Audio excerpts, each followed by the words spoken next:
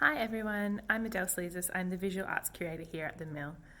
I'm here today to give you a virtual walkthrough of our new exhibition, The Mill Showcase. Before I start, I just want to acknowledge that where I am here today and where we live and work is the traditional lands of the Kaurna people.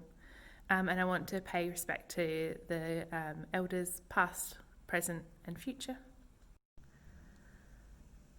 To start with, I'd just like to let you know a little bit about The Mill. The Mill is a multi-arts organisation. We have our building here on Angus Street in the CBD of Adelaide.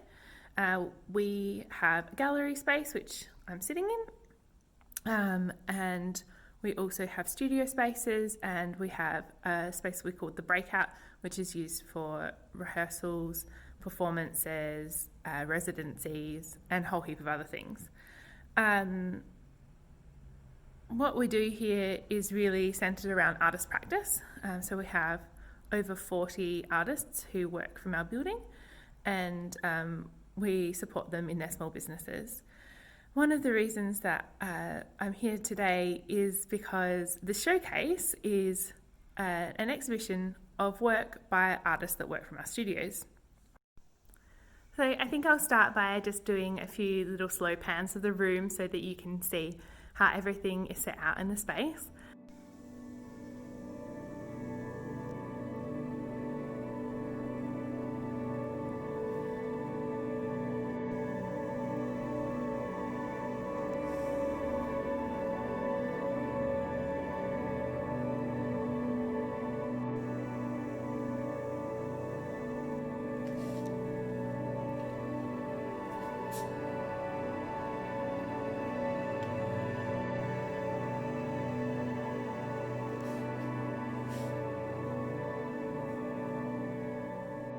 So this exhibition is the second of the Mill Showcase exhibitions. We held the first one, which launched in January and closed just over a week ago, and this one is launching this week. We've got 4 great artists. You can see behind me artwork by Mark Mason. We have some furniture by Andrew Eden, some ceramics by Annabelle Hume, and also some hats by Blakesby Hats. So what I'm going to do today is just take you for a quick walk around the room. We'll have a look at the artworks, talk a little bit about, the materiality of the artworks and some of the special details that you might really like, and I'll tell you a little bit about the artists as well. So these are some works by artist Mark Mason. Mark is a tattoo artist who works at Exo Levant Studio, and this series of paintings is the first of 2 or 4, are heavily informed by his tattoo practice. So he's looking at symbolism and using these linear qualities within the artwork. I'll go in a little bit closer so you can see some of the details. Sorry about the reflections. And I've just got a quote from him about the artworks. This work is part of an ongoing process concerning both interpretive symbolism and blended techniques. Each work stands alone while also acting as a stepping stone to the next, where shared aesthetic cues and conceptual links explore themes of masculinity.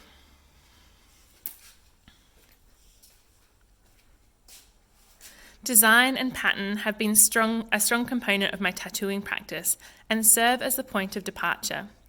The focus shifts between technique, imagery, and concepts to produce pieces that intrigue the viewer. With a nod to the primal nature of tattooing, it is my intention that the viewer can ascribe their own experience to the abstract images and create their own meaningful dialogue. So next I'll talk to you a little bit about these works from Andrew Eden. Andrew Eden's design company is called AG Design, and he has been working out of the Mill since earlier this year.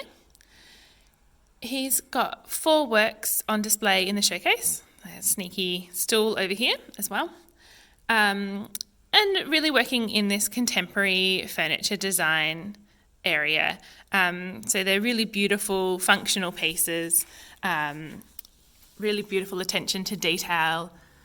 So this one has a Victorian ash top with a mild steel frame.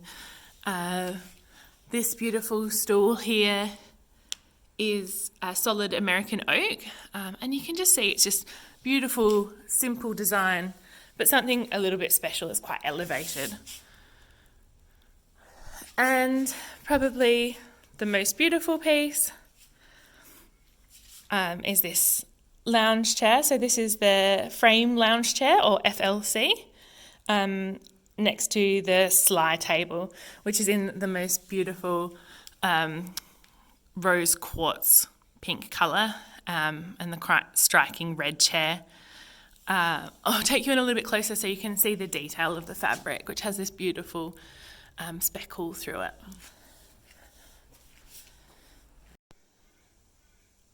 So I've got a quote from Andrew here as well. AG is a design studio with a philosophy of cadence, functionality and artistry. My designs are approachable, utilitarian products with a knowing handmade reticence. I believe elaboration does not aggrandize beauty, simplicity does. Next, we have some beautiful ceramic works by our resident ceramicist, Annabelle Hume. She's got a studio out the back, and she shares that space with another ceramicist, Kate, and they have a kiln out there too. So all of the works are made and then fired on site. She's put together a series of works that talk about Australian animals. So we have some bowls and some sculptures as well. They've got this really, sorry about the reflections, really beautiful playfulness. These are numbat, and there's the numbat sculpture, and there's also a larger numbat bowl as well. We've got a Tasmanian devil bowl. This beautiful, playful laughter from the Tasmanian devil, and then there's gorgeous little sculpture here as well. And then we have the thylacine, and then also the West Croydon bowl, which is talking about the artist's local area. I've got a quote from Annabelle as well. After travelling to America 3 years ago, I began to really appreciate how delicate, unique, fragile and ancient Australia is, and I celebrate our endangered and diminishing fauna in my work. Each piece is unique. I hand build, then surface paint using sgraffito before glaze firing. And they really are beautiful works. And then finally we have a series of works from artist Blake Cannon Bennett, aka Blakesby Hats. So Blake is a hatter as opposed to a milliner. He mostly focuses on the techniques of men's hats, and doesn't do traditional women's hats. Although, having said that, these hats can be worn by anyone.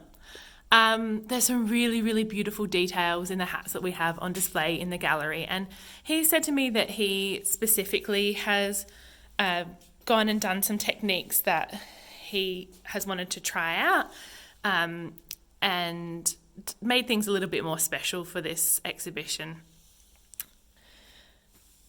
So, firstly, we have this sombrero, which has an antique hatband.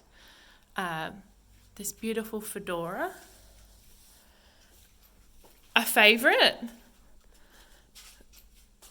This one has a 9-sided brim, so it's a nanagon, I think it's called, and then this really beautiful vintage Japanese hatband,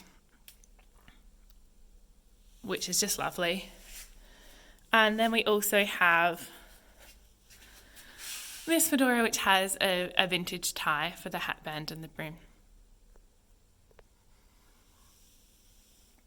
So Blake's using all of these really cool materials that, unless you knew about hat making or something like that, you might not have heard of. He's using nutria fur, which is this water animal from America that is kind of like beaver fur, but the nutria is overpopulated, so it's more like an ethical beaver fur, I suppose. He's using rabbit fur felt and beaver fur felt as well. They're really, really beautiful hats. Each one is handmade. I'll read a quote to you from him as well. I focus largely on traditional and heritage hat design, drawing inspiration from styles upwards of 100 years ago. These are shaped by hand through steam using a range of mostly antique and a few locally made wood hat blocks, in addition to other unique hand tools. They're really, really special products. And these ones are for sale, obviously, but Blake will also take commissions if you want something specific. If you like the style that you see, but you want him to make it in your size, he can do that, absolutely. Really cool stuff. So some of Andrew's work is floor stock, and it's available to purchase the object that is here. And other pieces are production work, so you're able to contact him and he can make you a stool or a chair in the materials that you want, in the colour that you want for your house. And he can make, multiples of the same thing if you wanted to have 3 stools to sit along your kitchen island or something like that. Yeah. Pretty cool. And I'll also just quickly mention that we have this amazing work on permanent display by Shay Chorley. It's a tribute to our founders, Amber Cronin and Erin Fowler, and is, reflections. And it's this amazing composite image with a whole heap of artists who have been at the Mill Studios for a long time. Just catching a few reflections from Hey Reflecto there. Cool. So thanks so much everyone for coming for our virtual tour of the gallery. I hope you've all got something out of it and seen some of our cool and interesting work. I'm just going to say everything here is for sale and should be online on the Mills website, the Mill Showcase shop. And any works that aren't for sale through our e-commerce are available to purchase if you email me at visualarts@themilladelaide.com. It's such an important time to support our artists. So many artists have lost their income because of what's happening in the world. And we just want to really drive home the fact that if you still have an income and you can support someone who has lost their income, by buying their artwork, it's a win-win because you get something really cool for your house and artists can, keep surviving in this really, really troubling climate. I hope that you're all keeping safe and well. Stay home if you can. And we will see you on the other side of this. All right, lots of love from the Mill.